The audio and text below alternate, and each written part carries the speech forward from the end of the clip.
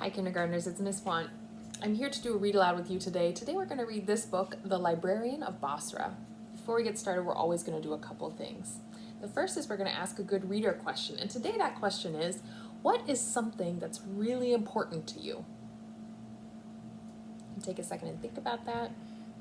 When you have your answer, you can pause the video and tell someone close to you, or you can just say your answer out loud or in your brain.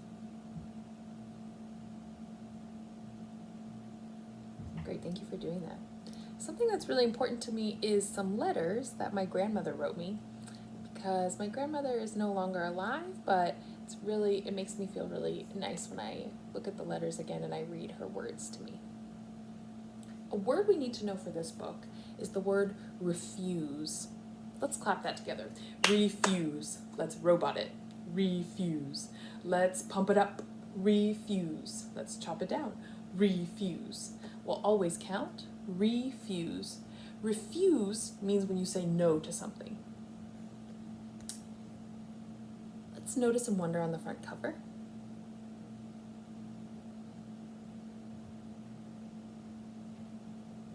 I notice that there is a person standing here, and I notice that there are lots and lots and lots and lots and lots of books in bags and stacks. And I wonder what the setting is, where this person is with all these books. I also wonder what this person is doing with all these books. This book is nonfiction, so it's about something real, and it even says that, a true story from Iraq. So this is a real story about new and true things. This main character's name is Aliyah Muhammad Baker. I know a couple things about Aliyah Muhammad Baker's identity. I know that she identifies as a woman. I know that she identifies as Asian. And I know that her ancestors are from Iraq. That's her ancestor identity. In this book, her age identity is an adult. We'll see her as an adult. The last thing we're going to do before we read is we're going to talk about the skill we're going to practice.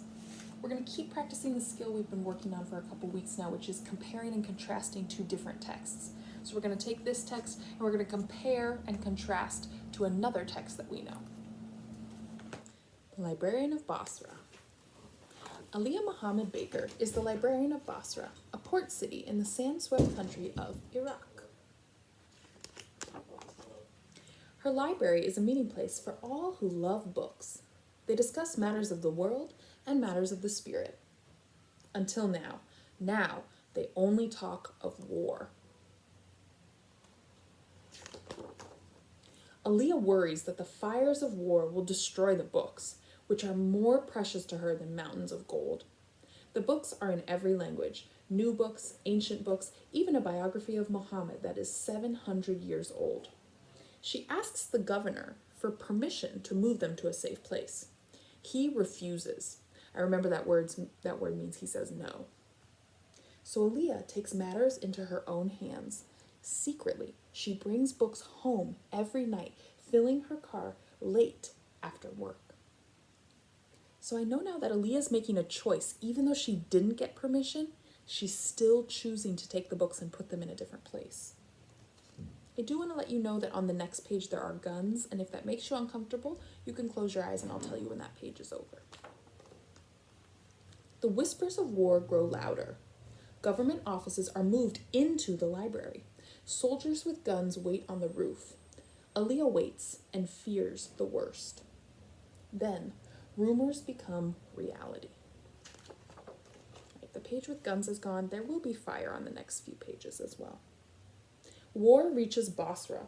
The city is lit with a firestorm of bombs and gunfire. Aliyah watches as library workers, government workers, and soldiers abandon the library. Only Aliyah is left to protect the books. She calls over the library wall to her friend Anis Muhammad, who owns a restaurant on the other side. Can you help me save the books? I notice that she's asking for help, and I'm wondering if her friend Anis Muhammad will stand in solidarity with her and help her. I can use these curtains to wrap them. Here are crates for my shop. Can you use these sacks? These books must be saved. All through the night, Aliyah, Anis, his brothers, and shopkeepers and neighbors take the books from the library shelves, pass them over the 7-foot wall, and hide them in Anis's restaurant. Sounds like they got lots of other people to stand in solidarity with them and help them move the books. The books stay hidden as the war rages on. Then, 9 days later, a fire burns the library to the ground. It's a good thing they moved them because it sounds like the library was not safe and now it's gone.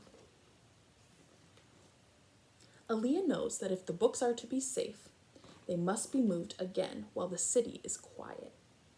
So she hires a truck to bring all 30,000 books to her house and to the houses of her friends. So I notice again that she's making a choice to move the books and make them safe. The first time she didn't have permission and she still did that. This time I know that it's not safe, but she's still making the choice even though it's not safe to move the books. In Aaliyah's house, books are everywhere, filling the floors and the cupboards and the windows, leaving barely enough room for anything else. Aaliyah waits. She waits for war to end. She waits and dreams of peace. She waits and dreams of a new library. But until then, the books are safe. Safe with the Librarian of Basra. Our good reader question today is, why did Aaliyah choose to move the books? I know the first time she moved them, she didn't have permission from the governor. And I know the second time it wasn't safe for her to move the books. So why did she move those books? Remember, a good answer will have some evidence from the illustrator, and it might sound like, I know because the illustrator showed me. Or it might have evidence from the author, and it might sound like, I know because the author told me. So I'll give you a second and think about that. Why did Aaliyah move the books?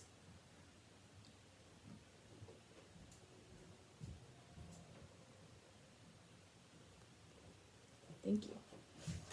My answer is that I think Aaliyah moved the books because they were really important to her.